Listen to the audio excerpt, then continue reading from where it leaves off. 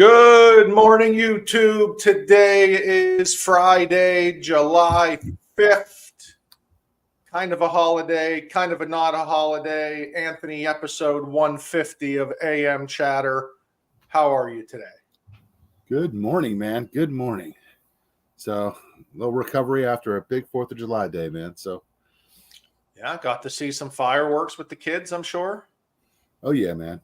Oh yeah. Did some smoking on the grill and everybody was satisfied and turned out to be all right.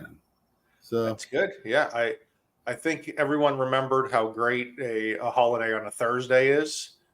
Really extends this holiday weekend. So hope everyone has a great Friday leading into the weekend. Some banks are open, some banks are not. Of course, if you need anything getting into your weekend, Anthony and I are here. Tom is taking the episode off today with baby Burko, so we'll see him back on Tuesday. But yeah, we're going to get into it, and we're starting to see some changes take effect. August 17th is approaching with all the real estate changes. We're getting the forms updated. We're getting questions answered. But the one thing you and I always talk about, Anth, is how much a real estate agent can help their buyer save money by just if they understand how to read the cost sheet, how to make sure they understand what that title company is charging, what that lender's charging, where when at the end of the day, after August 17th, the buyer's going to care about their final number. They're going to want to know what they have to bring to closing. They don't really care how they get there. They don't care who has to do what, to cut a fee or make it happen or do all this. As long as they're happy with their final cash to close, that's going to make them a happy client. But frankly, the title costs and the lender fees can range so differently. I mean, it's laughable in some cases why buyers are not shopping around and using other lenders.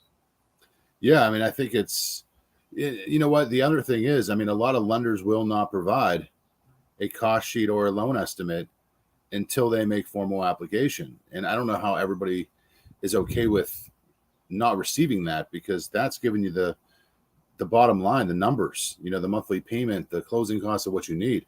I don't know how people are shopping for houses not knowing what they're paying.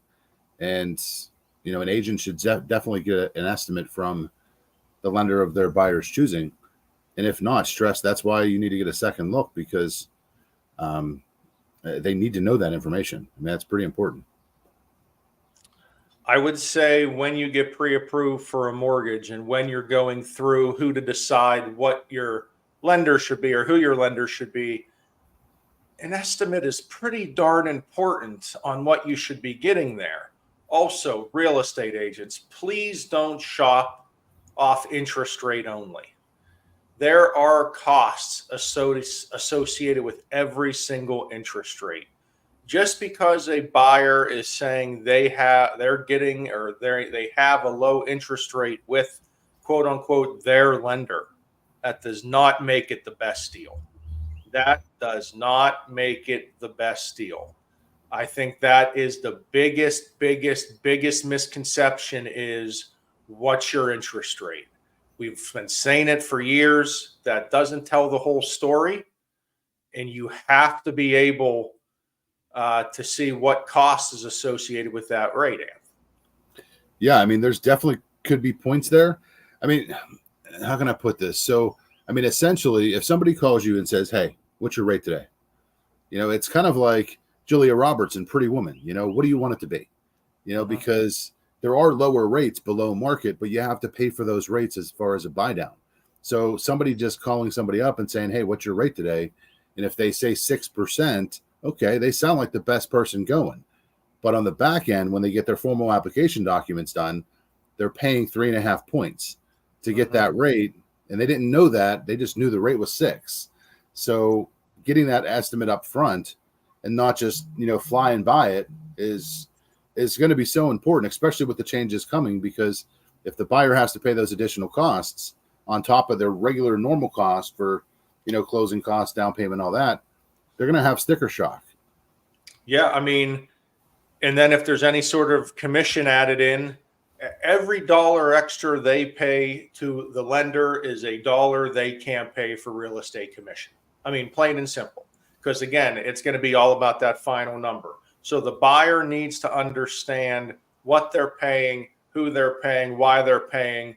And same thing on the title side. If there's fees that are, if you see something, right, everything's negotiable. It can't hurt to ask, is there anything we can do to all work together to make this transaction happy and get the buyer in with the least amount out of pocket is a good approach to have, because it's all about those final numbers and that bottom line and what it's going to cost a first-time home buyer to get into a home. And we were going to do a segment today, funny questions in real estate, and a lot of times first-time home buyers, they'll get a loan estimate from me, Anth, and the first question I'll get back is, hey, yeah, we'd like to finance our closing costs. And that's not allowed.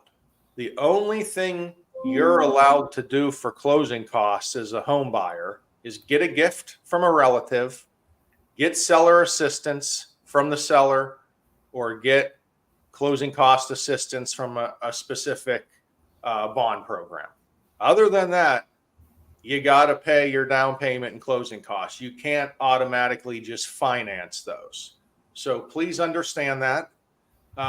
We don't look at seller assistance as quote unquote financing. We look at seller assistance as an offer tool for buyers to make their offer better for them by getting the seller to pay some seller assistance. Yeah, I mean, seller's assist is huge as well. I mean, I think we're gonna see more and more of it. I know it's been shied away from over the past couple of years, but I mean that tremendously helps clients with the funds they need for closing. So I hope we do see more of it, because making the home buying experience affordable for the client, that is a solid option.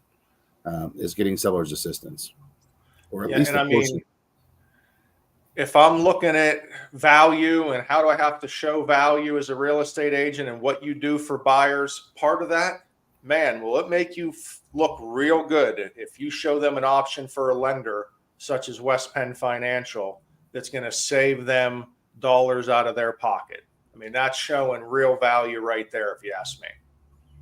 Oh, definitely.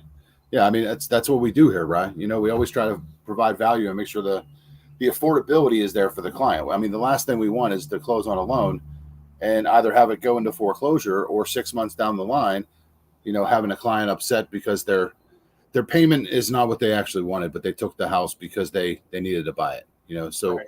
Affordability is going to be huge, even moving forward. For sure. I think that's huge. I think it's important for buyers to understand that there's 3 legs of this process with the real estate, title, and mortgage. Are all very important, and you need to figure out what's the best 3 to work with to make sure your transaction gets done quickly, you close on time, and you're not paying more than you should. So, great episode, Anth. Heading into this Friday weekend holiday. You got any big plans for the weekend, or are you laying low? Laying low this weekend, man. Love it. Went a little hard yesterday, so just laying low this weekend, man. All right. Wonderful. So, I think I'm going to be baking cookies. So we're getting Susie crazy. Yeah. Oh, yeah. Baking some cookies. So made a little mixed berry cobbler last night, I think it was. Getting real into baking this summer. So you got to put that you got one of those KitchenAid things, right? You got to put that thing to work. We got the big boy mixer for sure. Yep. All right, dude. Well, we'll see everyone back Tuesday, and have a great weekend.